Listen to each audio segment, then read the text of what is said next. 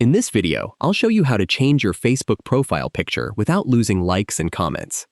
First, open the Facebook app and sign in to your account.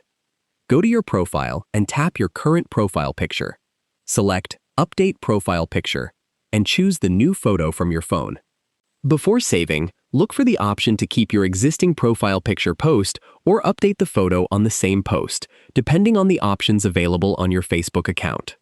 Keep in mind that Facebook's current features may not allow you to transfer likes and comments from an old profile picture to a completely new photo.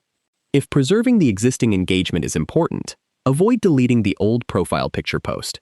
You can also keep the old photo in your profile pictures album, so the original post and its engagement remain available.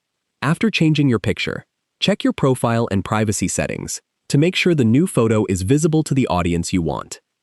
That's how you can change your Facebook profile picture while keeping your existing likes and comments where Facebook allows it. If you found this video helpful, please like the video, subscribe to the channel, and turn on notifications for more easy Facebook tutorials. Thanks for watching.